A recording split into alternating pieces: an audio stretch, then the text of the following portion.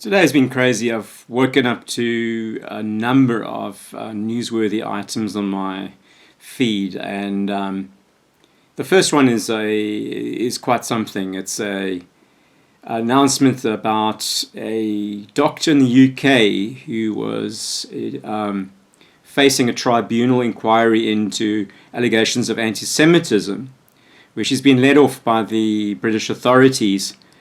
And she's posted now a number of points.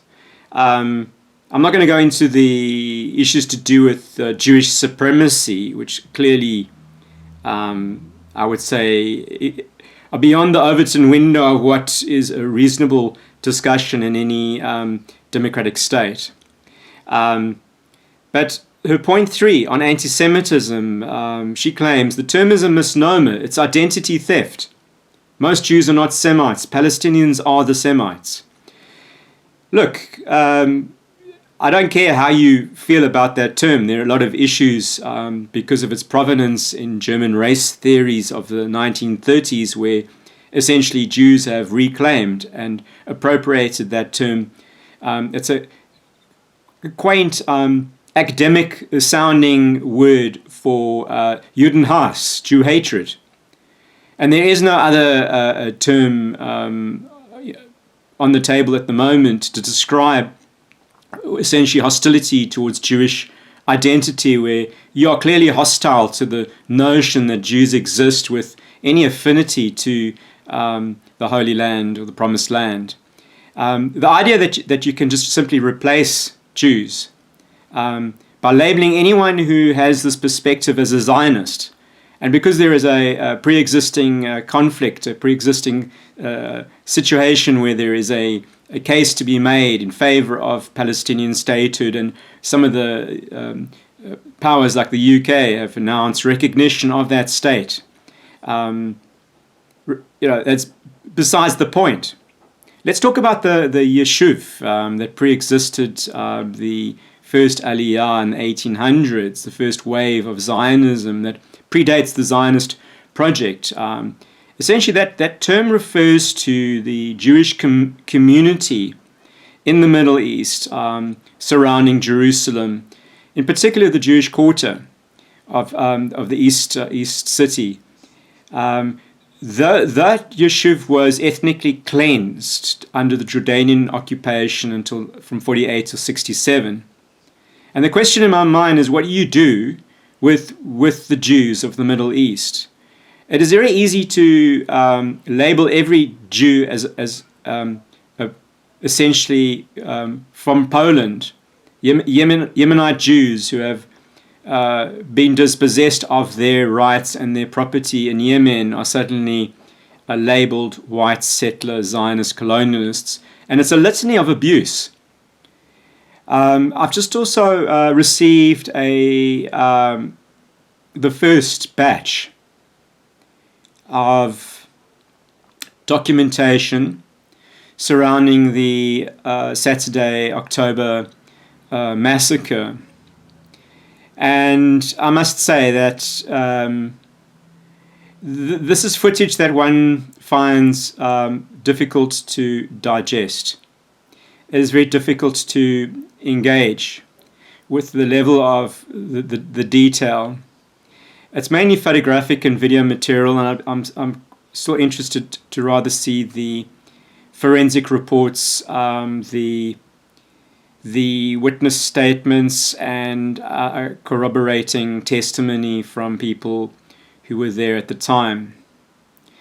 I must state that I am appalled to witness the mainstreaming of anti-Semitism in the world today.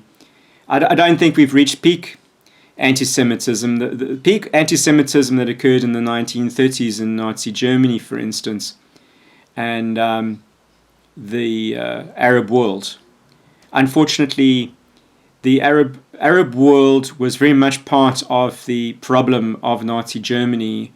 The Ottomans were the allies of the Kaiser during the First World War, and their affinity and affiliation to Germany didn't change even under the occupation of the British occupation. The result was a man by the name of Amin Husseini, who was later the president of the All-Palestine government in Gaza until 1956. Husseini got off very similarly as this UK doctor, and also this young gentleman called Kneecap, who's been let off on a technicality on charges of terrorism for making various statements about Hamas, which I frankly I don't have the similar views about laws regarding speech. I think, yes, there are things that people should not be allowed to say. One should not be allowed to shout fire in a crowded theatre, for instance. But I have a very different view about speech and how it should be constrained, and what the manner in which speech should be dealt with. In the case of a professional, I think there are grounds for disbarring a person who wants to now argue that there is no such thing as anti-Semitism because it's an attempt to steal someone else's identity, when it's quite the reverse. The idea that there's the true Semites or the Palestinians is more than a little nuts, considering where Arabs come from, and given the demographics, given the actual level of detail that I've gone into in my research, as a result of my encounters with anti-Semitism in my own country, where clearly it is not enough to just simply be against Zionism. You don't immediately let off the hook by people who are anti-Semites. People who think that not supporting Israel somehow absolves you of being on the receiving end of anti-Semitism, Jew hatred, or hatred as an ally of Jews. Wake up. Seriously, wake up, guys.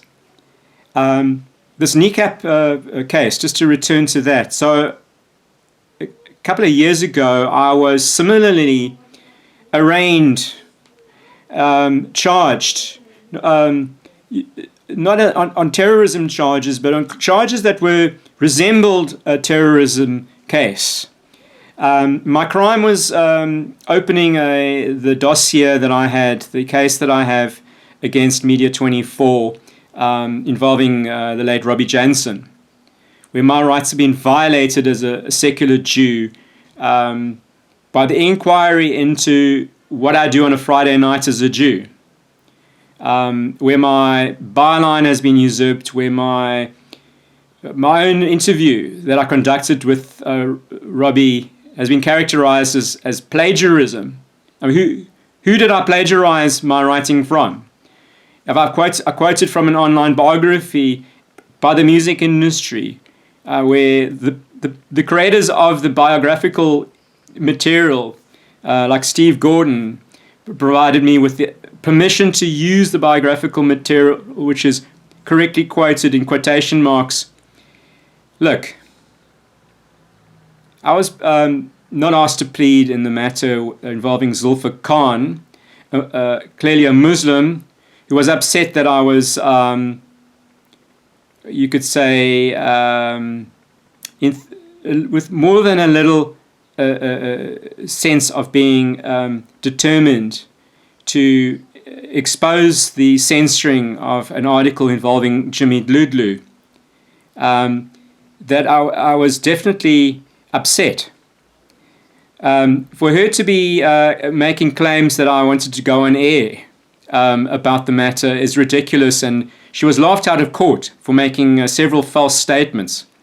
She first made a statement that that I was brandishing guns. Then it was brandishing bombs. Then it was there were no bombs and there were no guns. Like, hang on. How is it even possible to be chucked in the chookie simply for leaving the radio station? I was literally arrested as if I was a Jewish terrorist, and there was a hostage drama where I'd taken someone hostage at Hot 104.9. And that's how ridiculous it is. Because in her world, I'm just an evil Zionist. And I'm making a case about anti-Semitism involving stuff that's a little bit sensitive, like the Shabbat and Friday night victuals, Friday night customs, that you can't just wish away. It's very easy to get confused and think that every Jew who is not a Zionist, or every Jew who is an atheist is somehow analogous to every Jew that is in the Yeshuv. Every Jew that is from the old Yeshuv until 48, or the new Yeshuv from 1948 and onwards. And I'm going to leave it at that because I'm a little bit perturbed by what I see on my social media feed and the comments that you are making. I'm just a matzah pudding boy. I'm just some kind of, I'm a criminal for being a Jew, doing stuff that you think in your world it's not kosher because I'm immediately labeled as haram by a religion that is seeking to replace me, that has replaced my history, where there's a history of massacres going all the way back to, you look no further than the Quran. It's all there. The Khyber River Pass, it's all there. There's the history of the massacring of minority religions, minority groups, minority ethnic groups like the Yazidis and the Druze in the Middle East. Come on, guys. Let's talk about secularism. If you can't have an honest conversation with me about these issues, then what is the point?